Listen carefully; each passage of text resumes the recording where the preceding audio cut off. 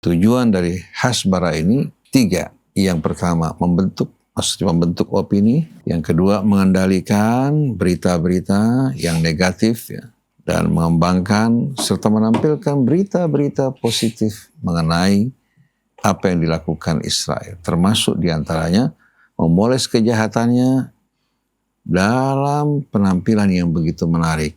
Seolah-olah yang menjadi korban adalah Israel. Istilah taqiyah ini adalah dalam Al-Quran. Allah perintahkan gitu melakukan itu pada saat seorang terdesak. Illa an tattaqu minhum tuqah. Baca Al-Quran. Allah tidak pernah mengatakan, jangan kamu berzina, tapi jangan dekati perzinahan. Jangan kamu dekati perzinahan. Karena hanya sekedar mendekati saja beresiko sekali bisa menjerumuskan kita. Jika sudah mendapat ada orang yang tertarik, ya kalau dia benar-benar sungguh-sungguh, ya hendaknya cepat-cepat menuju ke perkawinan seperti itu. Inna hadhihi ummatukum ummatan wahidatan wa ana rabbukum fa'budun. وَمَا أَرْسَلْنَاكَ إِلَّا رَحْمَةً لِلْعَالَمِينَ.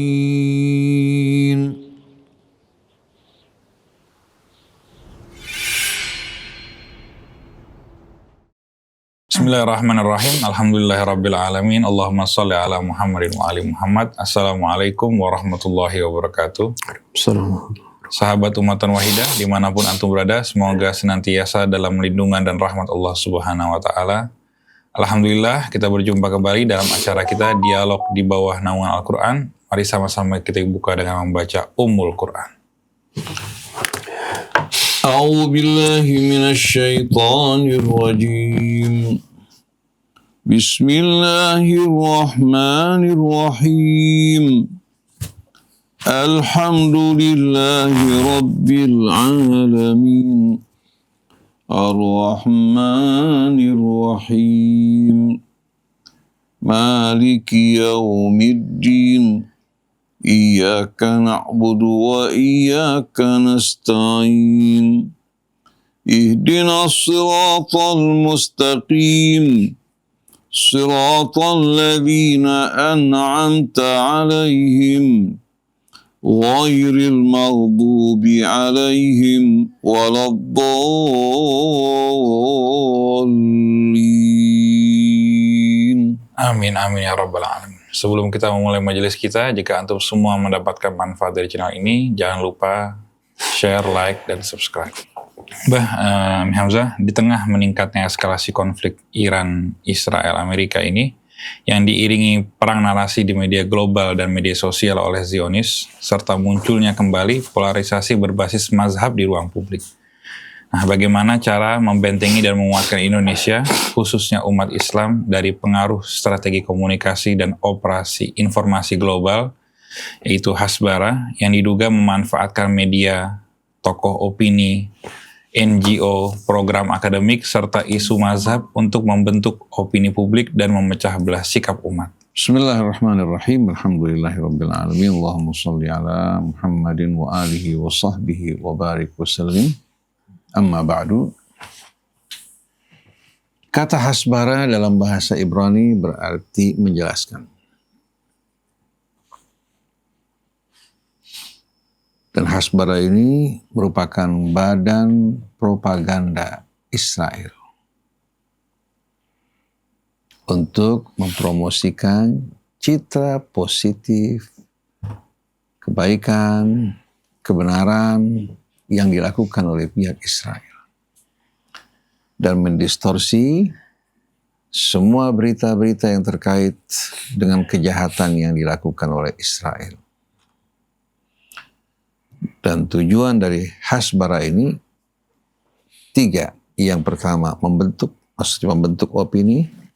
Yang kedua mengendalikan berita-berita yang negatif ya, dan mengembangkan serta menampilkan berita-berita positif mengenai apa yang dilakukan Israel, termasuk diantaranya memoles kejahatannya dalam penampilan yang begitu menarik, seolah-olah yang menjadi korban adalah Israel.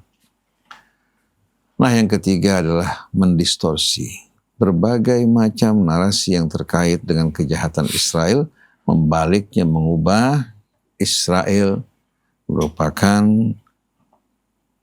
bangsa yang terzalimi, teraniaya. Seperti yang kita dengar baru-baru ini ketika Israel diminta untuk membayar yuran kewajibannya dalam BOP, dia mengatakan kami tidak siap untuk membayar karena kami yang menjadi korban. Padahal Gaza luluh lantah akibat perbuatannya. Tapi mereka menolak untuk membayar yuran. Kalau hal ini dilakukan oleh Israel, pantas. Jadi pantas Israel melakukan hal seperti ini. Sesuai dengan kejahatannya, sesuai dengan kepribadian ya, Zionis, dia tidak merasa heran. Tapi yang mengherankan, kalau yang menjadi juru bicara Hasbara ini, justru orang-orang Islam. Bahkan ulama-ulama dan tokoh-tokoh Islam. Ketika Iran yang mewakili saudara-saudara kita Ahlus Sunnah, yang berpangku tangan untuk menolong saudara mereka di Gaza, Iran tampil. Hanya karena panggilan iman dan Islam. Bukan untuk menguasai Timur Tengah. Tapi untuk panggilan keimanan yang memanggil mereka. Sebagaimana perintah Allah dalam surah An-Nisa. Wa ma lakum la tuqatiluna fi sabilillah wal mustad'afina minar rijali wan nisa'i wal wildan alladzina yaquluna rabbana akhrijna min hadhil qaryati adh-dhalimi ahluha waj'al lana min ladunka waliyan waj'al lana min ladunka nasira. Mengapa kalian tidak berjuang berperang untuk membela kaum tertindas dari pria, wanita, anak-anak yang menjerit, yang mengangkat tangan mereka memohon kepada Allah agar mengirimkan pertolongan bagi mereka karena mereka berada di tengah-tengah pemerintahan penduduk-penduduk yang berbuat aniaya terhadap mereka. Ya Allah, kirimkan bagi kami pelindung dan penolong dari sisimu. Jangankan yang memohon pertolongan kaum muslimin sesama Islam. Seandainya orang di luar Islam tertindas, teraniaya, memohon pertolongan, kita wajib untuk mengulurkan tangan kita memberikan bantuan. Tapi ternyata para pemimpin Arab yang memimpin dunia Arab dan dunia Islam, mereka berpangku tangan karena enggan untuk menyakiti Israel.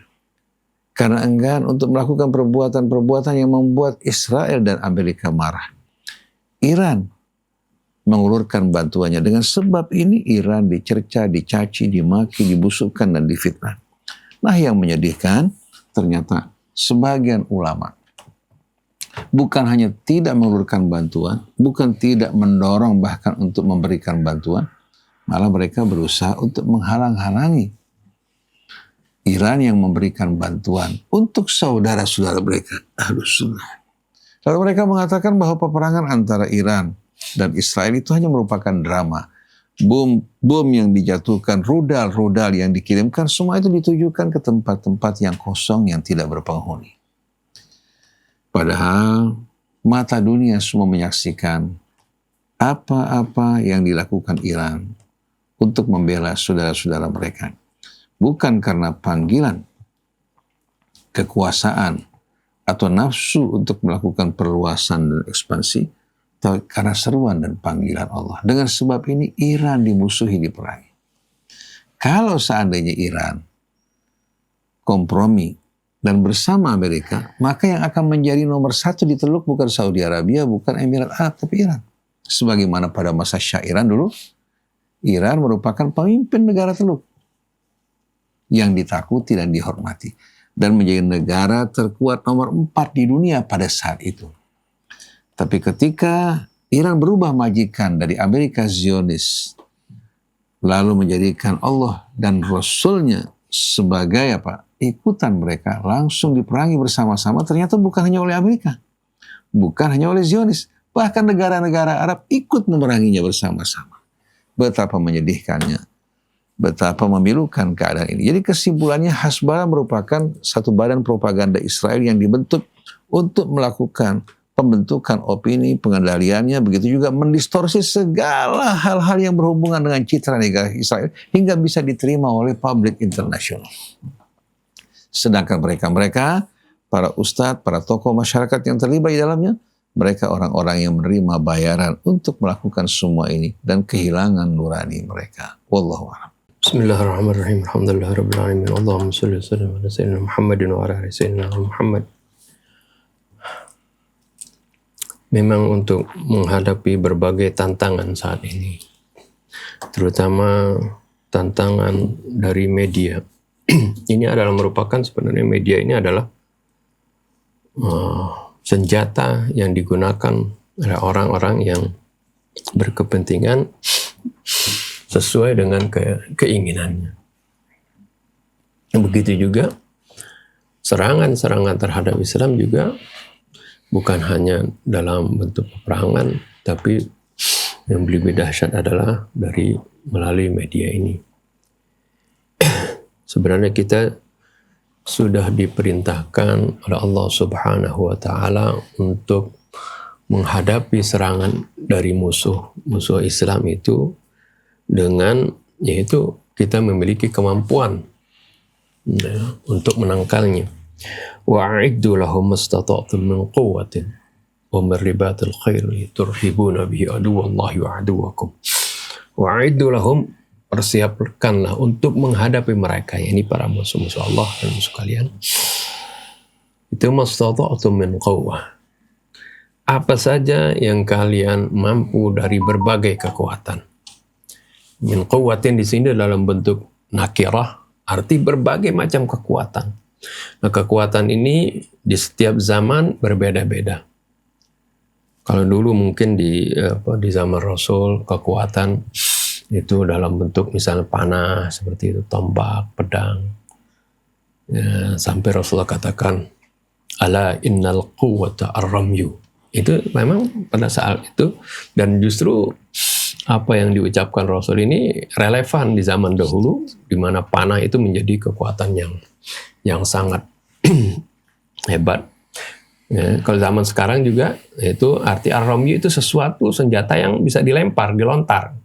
Sekarang seperti drone, rudal itu ternyata cukup ampuh, ya, memiliki kekuatan yang ampuh.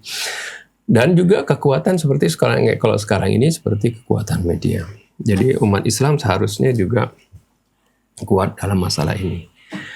Dan yang terpenting dari itu, untuk menangkalnya tiada lain, di samping kita harus juga memiliki kemampuan dalam hal media ini, kemampuan yang kuat dalam hal media ini, juga kita harus mengedukasi umat dengan sesuatu dari ajaran agama ini yang pokok yang diajarkan oleh Nabi kita Muhammad SAW. Prinsip-prinsip yang diajarkan dalam Islam, yang ada di dalam Al-Quran, yang diajarkan oleh sunnah Nabi kita Muhammad SAW. Bagaimana Rasulullah SAW mengajarkan prinsip iman itu apa, ya, kan diajarkan bagaimana Islam itu apa, bagaimana seorang dinyatakan sebagai Muslim dengan dia mengucapkan 2 kalimat syahadat, ya. Kemudian dia menjalankan, ya, perintah Allah Subhanahu wa Ta'ala, mendirikan salat, mendirikan zakat, dan seterusnya, ya, melaksanakan ibadah puasa Ramadan dan seterusnya, berakhlak mulia. Ini adalah hal-hal pokok yang diajarkan dalam Al-Quran. Istilahnya, ya, prinsipnya bagaimana keimanan, ya, itu ditegaskan, ya. Iman kepada Allah, para malaikatnya, kitab-kitabnya, para rasulnya, ya, dan yaumil akhir. Ini kan jelas seperti itu. Bukan dengan istilah-istilah baru seperti, ya, akidah. Ya. Akidah sebenarnya kita nggak a priori dengan istilah ini kalau hanya digunakan untuk sebagai penamaan suatu disiplin ilmu tentang keyakinan. Tapi ketika akidah ini dijadikan suatu prinsip untuk memecah belah kaum muslimin karena berbeda dalam akidahnya, ini menjadi hal yang bid'ah, karena memang tidak ada istilah ini di dalam Rasul. Dan ini biasanya dijadikan senjata untuk memecah belah kaum muslimin. Oh, beda akidahnya, beda ini. Ya, ini jadi dipecah belah kaum muslimin dengan istilah-istilah yang sama sekali Rasulullah SAW tidak pernah menyampaikan hal tersebut. Rasulullah menyampaikan prinsip-prinsip keimanan, prinsip-prinsip ketundukan, keislaman, prinsip-prinsip akhlak. Diajarkan semuanya oleh Rasulullah SAW. Dan ini yang harusnya jadi pegangan kaum muslimin. Dan ini yang ada di dalam Al-Quran Al-Karim. Dengan begini, kaum muslimin bisa bersatu. Tapi kalau kaum muslimin tidak memiliki pendirian yang kuat berdasarkan prinsip yang kuat dari Al-Quran Al-Karim dan sunnahnya Nabi kita Muhammad SAW ini, ya mereka akan terombang-ambing, gampang dipecah belah. Ya, karena melihat perbedaan langsung dipecah belah. Seperti itu yang pertama. Jadi penting sekali mengedukasi umat seperti ini. Yang kedua yaitu termasuk dari akhlak tadi. Bagaimana akhlak seorang mukmin ketika dia menerima berita. Kan Allah Subhanahu wa taala ini juga dari Al-Qur'an. Allah sudah mengingatkan, ya ayyuhalladzina amanu in ja'akum fasiqun binaba'in fatabayyanu. Wahai orang-orang yang beriman, kalau datang kepada kalian seorang yang fasik. Fasik itu seorang yang membawa berita yang dia tidak cerna. Ya. Siapapun dia, kalau dia membawa berita yang akan membuat perpecahan di antara kaum muslimin, apakah dia berlatar belakang ustadz atau bukan, itu fasik. Ya. Karena dampaknya ini adalah sesuatu yang akan berdampak kepada kehancuran umat. In ja'akum fasiqun binaba'in. Kalau datang seorang fasik kepada kalian dengan membawa berita, fatabayyanu. Cek dulu. Ya, check and recheck. Ya. Kita perjelas dulu. Benar nggak beritanya? Ada orang, karena yang membawa ini adalah seorang ustadz, saya percaya dia. Biarpun siapa, ini Allah yang perintahkan untuk kita mengecek. Ya, apalagi ketika berita tersebut ya mendiskreditkan misalnya seorang muslim yang lain atau ustadz yang lain, cek dulu. Kamu nanti ketika di akhirat ya akan mempertanggungjawabkan diri kamu. Orang-orang yang menjadi kamu anggap sebagai pemimpin, mereka akan berlepas tangan nanti. Iltabarra alladzina tubi'u minal ladzina taba'u. Ya, tatkala nanti orang-orang yang diikuti nanti akan berlepas tangan dari orang-orang yang mengikuti mereka. Karena semuanya akan dihisab satu-satu. Seperti itu. Oleh karena itu, ya, kalian harus tabayyun dulu. Cek ya, dengan teliti. Antusibu qauman bijahalatin fatusbihu ala ma fa'altum nadimin. Agar supaya kalian tidak menuduh kepada suatu kaum, ya, menimpakan suatu tuduhan kalian kepada suatu kaum dengan kebodohan, dengan serampangan. Fatusbihu ala ma fa'altum nadimin, sehingga kalian akan menyesal atas apa yang kalian perbuat. Karena tahu, ternyata dia tidak seperti itu. Kalian akan menyesal. Dan ini ya dosanya kalau kita nggak minta maaf, sampai di akhirat akan dimintai pertanggungjawaban ya terhadap orang yang difitnah tersebut. Ya, pada saat manusia ya membutuhkan pahala, orang yang pernah memfitnah tersebut ya nanti dia akan memberikan, walaupun dia punya pahala sholat, pahala puasa, pahala zakat, pahalanya yang dibawa segudung sekalipun ya nanti akan diberikan kepada orang yang pernah difitnah tadi. Ya. Pahalanya sampai habis. Ini seperti yang Rasulullah katakan, atadruna manil muflis. Tahukah kalian siapa orang yang bangkrut nanti di yaumil qiyamah? Itu yang tadi. Orang bawa di waktu di dunia sih rajin salatnya, rajin puasanya, tapi dia suka menzalimi si fulan, memfitnah si fulan, mengambil harta si fulan, ya, mencederai kehormatan si fulan. Maka di akhirat nanti setiap orang yang dizalimi tadi menuntut kepada orang yang menzalimi tadi, kepada orang yang melakukan tadi kezaliman tersebut. Maka masing-masing nanti ya dia nggak bisa balas, minta maaf, bukan waktunya minta maaf pada waktu itu. Dia akan berikan pahalanya, diambil pahalanya diberikan kepada orang yang pernah dizalimi tadi. Orang yang pernah diambil hartanya, orang yang pernah difitnah, orang yang pernah dibusukkan, semuanya. Sampai habis. Ini muflis. Jadi justru orang dididik kita berpuasa, sholat, itu sebenarnya mendidik kita supaya berperilaku baik kepada sesama kita. Ini dididik supaya kita menjadi berakhlak mulia, nggak sembarang fitnah, nggak sembarang tuduh, nggak sembarang mengkafirkan seperti itu. Itu sebenarnya pendidikan dari ibadah kita dan puasa kita ini. Nah, kita sebagai seorang muslim itu harus tabayun. Jadi kalau sampai jangan kan orang biasa, sampai ustadz saja misalnya seperti itu, ya kalau dia melakukan hal seperti ini pasti dia akan dimintai pertanggungjawaban di hadapan Allah Subhanahu wa taala nanti.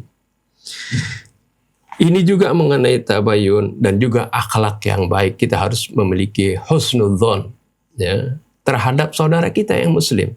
Siapa yang muslim itu kan udah prinsipnya sudah jelas. Ya. Man qala la ilaha illallah Muhammadur Rasulullah, dia adalah seorang muslim.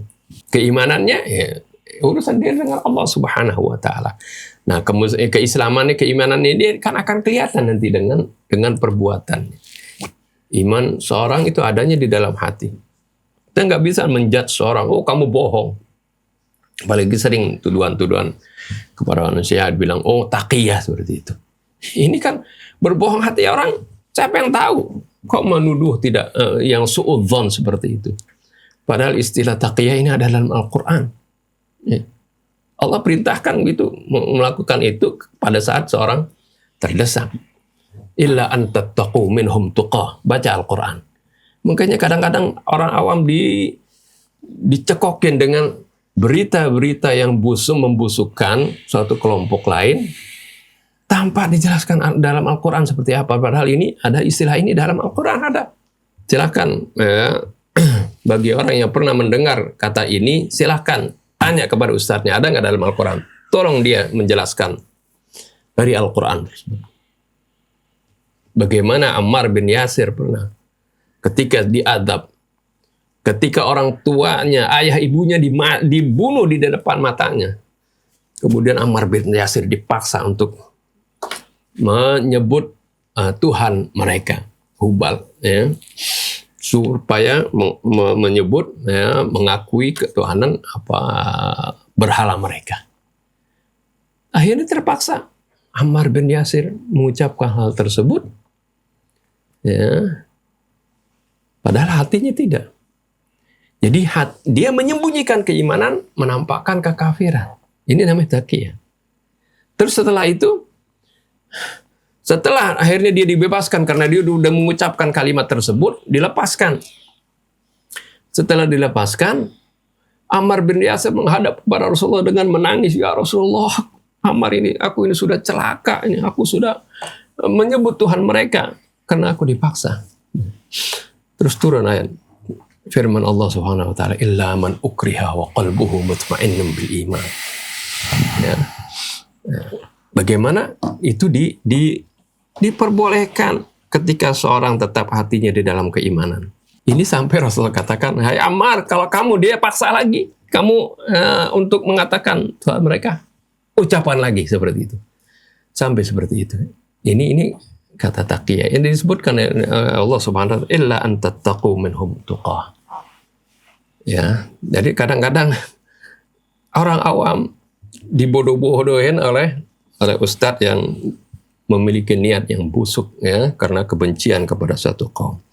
Nah, kita diajarkan oleh Allah Subhanahu wa taala ketika mendengar suatu berita di dalam surah An-Nur, Allah Subhanahu wa taala ajarkan adab bagi kita supaya kita husnudzon, ya, terhadap saudara kita yang muslim.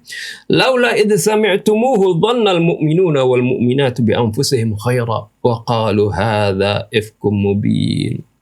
Mengapakah, ya, tatkala kalian mendengar, orang-orang mukmin mendengar berita-berita bohong yang menjelekkan saudaranya yang muslim. Waktu itu yang dijelekkan adalah Sayyidatina Aisyah, dituduh melakukan perbuatan yang tidak senonoh dengan sahabat yang bernama Safwan ibn Mu'attal. Ya, kenapa sih kalian kaum mukminin kalau mendengar berita tersebut, ya, tidak bersangka baik terhadap saudaranya? Ya, sampai Allah Subhanahu wa taala menyebutkan dhannal mu'minuna wal mu'minatu bi anfusihim khaira. Ya, dengan bersangka baik dengan diri mereka di sini. Ya, maksudnya bersangka baik dengan saudara, karena saudara sesama muslim ini seperti diri kita sendiri. Kalau kita jelekin saudara kita yang mukmin, berarti kita menjelekkan diri kita sendiri. Sampai Allah Subhanahu wa taala sebutkan di sini, laula idz sami'tumuhu dhannal mu'minuna wal mu'minatu bi anfusihim khairan. Kenapa sih orang mukmin nggak mau bersangka baik terhadap diri mereka sendiri, maksudnya terhadap saudara mereka sendiri, ketika mendengar berita buruk mengenai saudaranya itu? Wa qalu hadza ifkum mubin. Seharusnya ucapan yang terucap untuk menangkal berita buruk yang disampaikan kepadanya, ini sih adalah kebohongan yang nyata. Juga Allah Subhanahu wa taala bahkan untuk membuktikan berita tersebut benar atau tidak, Allah katakan laula ja'u bi arba'ati syuhada. Kenapa? Ya, mereka tidak bawa 4 saksi. Jadi bagaimana supaya valid benar berita ini? Minta saksinya. Sampai 4 orang saksi.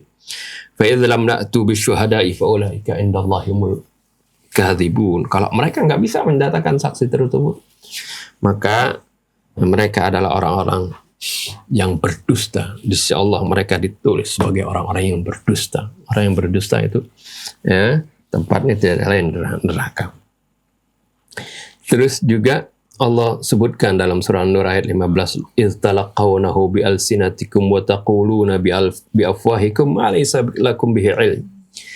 Ya, banyak di antara kaum muslimin itu menerima berita, ya Allah sebutkan, talaqawnahu bi alsinatikum, kamu terima dengan lidah kamu. Wa taquluna bi afwahim, kamu katakan kemudian langsung kamu katakan dengan mulut kamu. Ini maksudnya berita tersebut masuk, ibarat masuk ke telinga, belum sampai ke dalam hati, enggak juga masuk ke dalam otak, dicerna dulu, dicek dulu, difikirkan dulu, enggak, langsung disampaikan lagi. Ini sama seperti kalau kita pakai HP itu, dapat langsung di-share lagi, enggak diteliti dulu. Dapat berita, langsung di-share seperti itu. Padahal diajarkan oleh Allah Subhanahu wa taala dalam surah An-Nur ini bagaimana kita harus berhati-hati, ya. Jangan sampai kita kemudian menyampaikan berita itu tanpa ilmu. Wa tahsabunahu hayyina. Kamu anggap ini ringan saja, tinggal share aja, gampang pencet gitu. Tapi wa huwa 'indallahi 'azim. Itu di sisi Allah sangat besar, karena dampaknya besar, akibatnya besar, bisa menimbulkan kebencian, perpecahan. Walau la izzami'tuhu qultum ma yakunu lana an natakallama bihadza. Kenapa sih kalian kalau ketika kalian mendengar berita buruk yang menjelekkan saudara kalian yang muslim itu, enggak patut kami melakukan hal ini, mengucapkan hal ini. Ya, subhanaka hadza buhtanun azim. Ya, Maha Suci Allah, ini sih fitnah yang besar. Itu seharusnya respon kita ketika mendapatkan berita buruk terhadap saudara kita. Ini pertama. Setelah itu kita cek seperti itu. Ya. Lagi nggak setiap berita itu harus diungkapkan juga, di-share, ya seperti Ustaz tadi katakan dalam hadis, memang itu ada. Rasulullah menasihati kita, ya, kafa bil mar'i itsman ayu haditsal mar'u bima sami. Ya. Cukup seorang itu berdosa kalau semua apa yang didengar diceritain lagi seperti itu. Kita harus pilah-pilah, ya, apa yang kita dengar. Ya, terkadang ya, ini bisa disampaikan kepada orang yang khusus, orang yang bertanggung jawab, orang yang bisa menyelesaikan masalah tersebut. Nggak mesti orang umum mengetahuinya. Kadang-kadang seperti itu dipilah-pilah. Ya, nah inilah artinya seharusnya sebagai tadi penangkal dari apa yang kita hadapi saat ini, dari senjata orang-orang yang membenci Islam, yang ingin memecah belah kaum muslimin, seperti itu. Sudah diajarkan semuanya oleh Allah Subhanahu wa taala dalam Al-Qur'an, dan sudah dipraktekkan oleh Nabi kita Muhammad sallallahu alaihi wasallam, ya, dalam membimbing umatnya. Wallahu a'lam. Ami Hamzah, Babah, ada netizen yang nanya, Ustadz, apa hukumnya kalau kita bekerja pada sebuah instansi terpaksa memberikan jalan atau kesempatan pada atasan atau rekan kita untuk melakukan korupsi? Sebab kalau saya menghalangi aktivitas ini, kerjaan saya akan terancam, yang berarti penghasilan saya untuk membiayai keluarga akan hilang. Apakah saya ikut mendapatkan dosa dan efek negatif dari korupsi yang terjadi walau saya tidak menikmatinya? Bismillahirrahmanirrahim. Alhamdulillahirabbil alamin. Allahumma shalli ala Muhammadin wa ali Muhammad. Rabbana zidna ilman wa alhiqna bis shalihin. Allah Subhanahu wa taala perintahkan kita semua untuk selalu berada dalam kebenaran dimanapun kita berada. Kita di samping diperintahkan untuk berjuang menegakkan kebenaran, juga Allah perintahkan kita untuk menjaga kebenaran itu sendiri. Dan tidak menjadi bahagian orang-orang yang melakukan kerusakan. Nah, kalau seandainya kita bersikap toleransi terhadap perbuatan korupsi ini, dan orang-orang yang lain pun berpikir sama, kapan negara ini akan mengalami perubahan. Oleh karena itu setiap perjuangan pasti akan mendatangkan pengorbanan. Nah, Anda bisa memilih.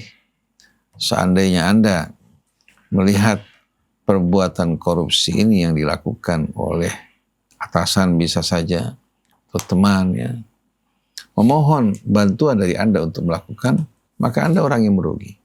Anda tidak mendapatkan apa-apa, tapi Anda menanggung juga dosanya. Dan Anda tidak perlu khawatir terhadap rezeki.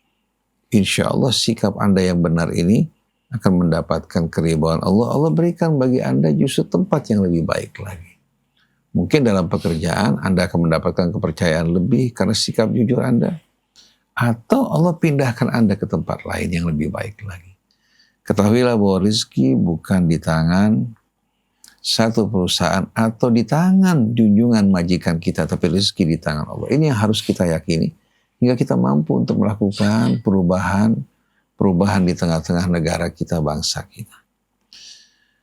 Dan ini merupakan konsekuensi dari perjuangan. Anda akan dipecat mungkin, atau sebaliknya Anda akan ditempatkan di tempat yang lebih baik lagi. Jadi hendaklah Anda bersikap tegas mengatakan, saya tidak mau terlibat.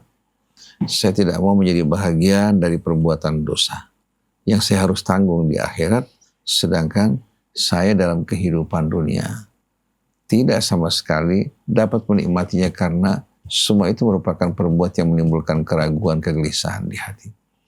Jadi sebaiknya bersikap tegas. Jadilah Anda sebagai orang yang baik atau menjadi pengantar perantara orang untuk berbuat kebaikan, dan jangan pernah Anda menjadi orang-orang yang berbuat keburukan atau menjadi pengantar atau perantara orang-orang yang melakukan perbuatan-perbuatan buruk, dan yakinlah Allah tidak akan meninggalkan Anda. Wallahu a'lam. Bismillahirrahmanirrahim. Allahumma shalli wa sallim Muhammadin wa ala sallam Muhammad. Kepada yang bertanya tadi, mudah-mudahan Allah Subhanahu wa taala memberikan jalan keluar yang terbaik, memberikan kekuatan iman. Ketahuilah ya, Allah Subhanahu wa taala mengingatkan kalau bekerja sama, bantu-membantu hendaklah dalam kebaikan. Wa ta'awanu 'alal birri wat taqwa wa la ta'awanu 'alal itsmi wal 'udwan. Janganlah kalian dan hendaklah kalian bertolong menolong dalam kebaikan dan ketakwaan.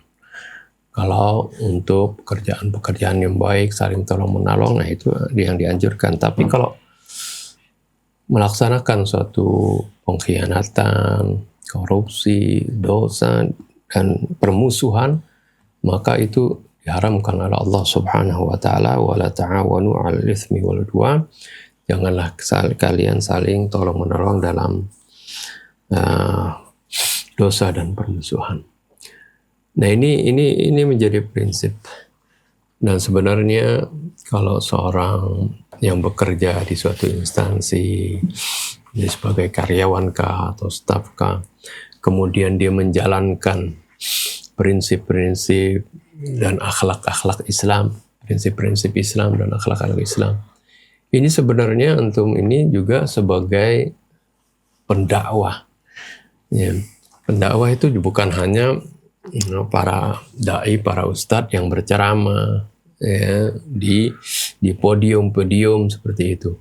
Tapi antum ketika melaksanakan kejujuran, menampilkan akhlak yang baik, ya, dengan amanah mengerjakan sesuatu pekerjaan, tugas sesuai dengan apa yang dijalankan ya dengan sebaik-baiknya, ya tentunya tugas pelaksanaan yang tidak ada dosa di sananya, artinya menjalankan tugas yang diwajibkan dilaksanakan dengan sebaik-baiknya, tidak dilalaikan tugas tersebut, itu adalah antum lagi mendakwahkan bagaimana sebagai seorang muslim dimanapun dia ditempatkan, dia komitmen dengan tugasnya seperti itu, dia laksanakan dengan jujur, dengan baik. Nah, ketika tadi ada ajakan untuk melakukan perbuatan yang tidak baik, hendaknya antum laksanakan perintah Allah Subhanahu wa taala yang diajarkan oleh Nabi, man ra'a minkum munkaran falyughayyirhu biyadihi. Barang siapa yang melihat kemungkaran, hendaklah dia merubahnya dengan tangannya atau dengan kekuasaannya. Ya, fa illam yastati fa bilisani, kalau dia nggak mampu ya udah, nasihatin orang tersebut, ingatkan mereka. Ya, faman lam yastati fa biqalbi, kalau yang nggak mampu juga dengan hati, yaitu tapi juga jangan nimbrung, jangan membantu, ya, seperti itu, artinya menghindari perbuatan tersebut. Nah, yang terpenting ini adalah bagaimana kita hendaknya menampilkan selalu akhlak Islam ini dimanapun kita berada. Ini sekaligus kita berdakwah bilhal namanya, seperti itu. Ketika ada kemungkaran hal yang tidak baik, ya kita ingatkan seperti itu, kita nasihati, dan kita jangan terlibat di sana. Ya, tadi Ustaz juga sudah bilang, ya kalau kita terlibat, kemudian apalagi juga kan kita misalnya nggak dapat hasil apa-apa, tapi tetap secara hukum positif kita bakal kena seperti itu, karena kita membantu. Karena tadi dalam Islam pun membantu adallu ala khairin kafa'ili. Ya, orang yang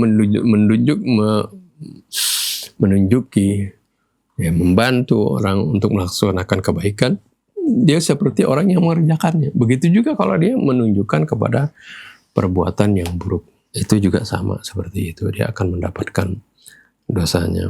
Mudah-mudahan ya dengan menjalankan amanah dari Allah Subhanahu wa taala, melaksanakan tugas dengan sebaik-baiknya, menghindari hal-hal yang dilarang oleh agama, dan juga sambil mengingatkan orang lain yang melakukan hal tersebut, mudah-mudahan ini menjadi jalan untuk memberikan jalan keluar yang terbaik, meningkatkan kecintaan dari Allah, dan juga Allah pasti akan menjamin rezeki darinya. Wallahu a'lam. Bah, ada netizen nanya, Bah. Saya perempuan berjilbab, saat ini sedang punya pacar yang semoga bisa menjadi suami saya. Seringkali kami pergi berduaan dalam menjalin hubungan kami. Bagaimana hukumnya cara pacaran kami, Ustadz? Selama berduaan kami tidak pernah melakukan perbuatan yang melanggar ajaran agama. Bismillahirrahmanirrahim. Alhamdulillahirabbil alamin. Allahumma shalli ala Muhammadin wa ali Muhammad. Allahumma ihdina subulas salam wa akhrijna minadh dhulumati ilan nur wahdina ila siratikal mustaqim wa ajirna min adzabi jahannam ya Rahman ya Rahim ya Rabbal alamin. Pertanyaan saudari ini mungkin banyak kita jumpai di tengah-tengah masyarakat kita, ya. Rasulullah SAW mengingatkan kita untuk kita tidak berduaan bersama wanita ajnabi, artinya yang belum menjadi pasangan kita. Alhamdulillah, saudari tidak melakukan perbuatan-perbuatan yang melanggar agama. Tapi di saat Anda berdua, syaitan bisa menjerumuskan Anda untuk melakukan perbuatan-perbuatan yang keji. Walaupun tidak masuk dalam kategori keji yang terkena hukuman, tapi bisa saja melakukan mukaddimah dari perbuatan keji tersebut yang dilarang dalam agama. Karena begitu laki-laki dan perempuan yang bukan merupakan pasangan yang dihalalkan oleh Allah, syaitan yang akan menjadi orang yang ketiga.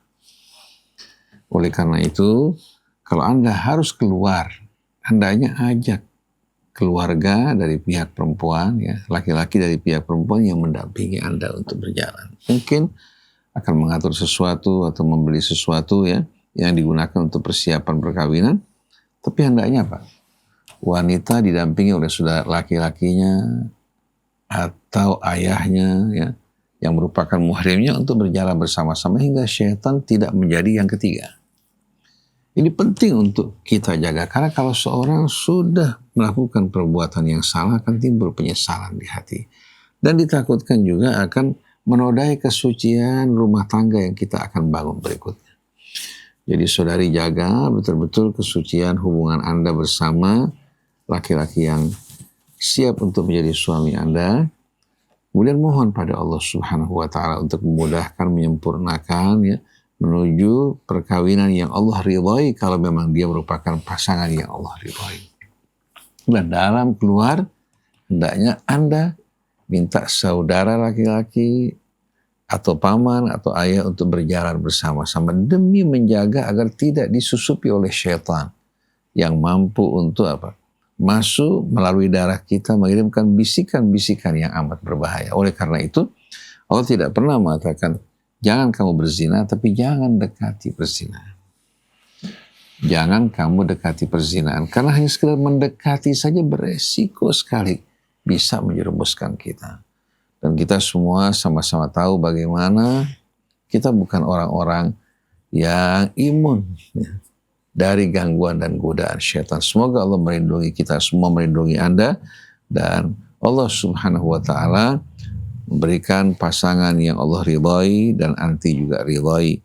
Allah jauhkan dari perbuatan-perbuatan keji dan juga perbuatan-perbuatan yang akan menodai kesucian rumah tangga Anda di masa yang akan datang. Wallahu a'lam.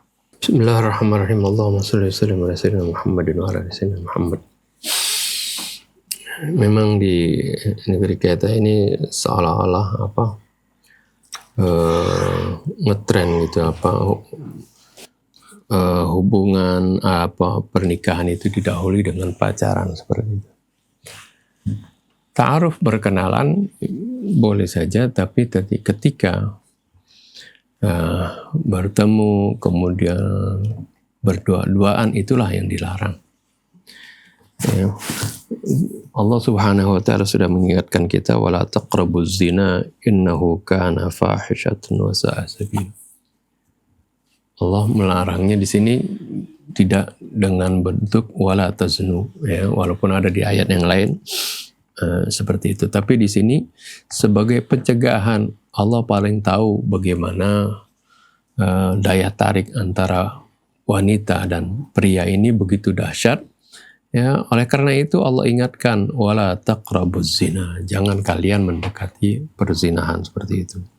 Ini adalah pencegahan yang terbaik. Oleh karena itu, ketika tadi misalnya kita seorang sudah berkenalan dengan seorang, kalau dia benar-benar berminat, ya, maka sebaiknya cepat-cepat melamar seperti itu. Kalaupun ada pada prosesnya itu, ya, ada perlu jalan berdua, yaitu tadi seperti Ustaz Hussein sudah ingatkan, hendaknya di sana ada mahram yang mendampingi, supaya jangan hanya berdua-dua, ya. Ketika wanita dan pria berdua-duaan seperti itu, maka setanlah di sana yang akan menjadi ketiganya yang akan menggoda dia, ya.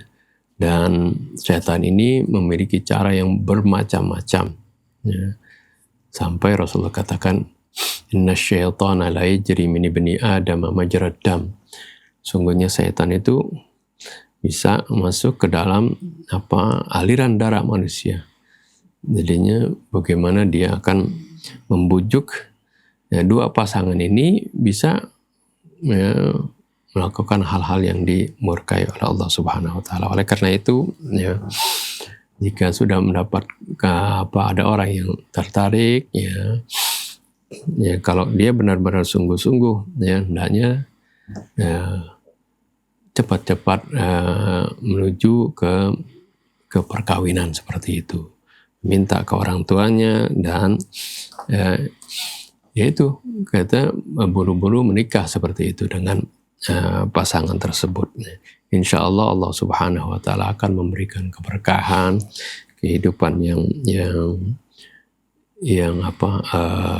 penuh kecintaan, kerukunan dan kebahagiaan, karena kita landasi dengan keimanan kepada Allah dan mengikuti perintah Allah Subhanahu Wa Taala. Allah. Alhamdulillah, kita sudah sampai di penghujung dialog kita hari ini. Jazakumullah khairan kepada Ustaz Hamzah dan Baba atas penjelasan yang membuka wawasan. Semoga apa yang disampaikan hari ini menjadi wasilah kebaikan bagi kita semua, bagi sahabat Ummatan Wahidah yang ingin berkontribusi dalam pengembangan dakwah Ummatan Wahidah bisa disalurkan ke rekening di bawah ini. Jangan lupa untuk terus mengikuti channel Ummatan Wahidah dan sebarkan kebaikan ini kepada sahabat-sahabat yang lain. Wassalamualaikum warahmatullahi wabarakatuh. Waalaikumsalam warahmatullahi wabarakatuh.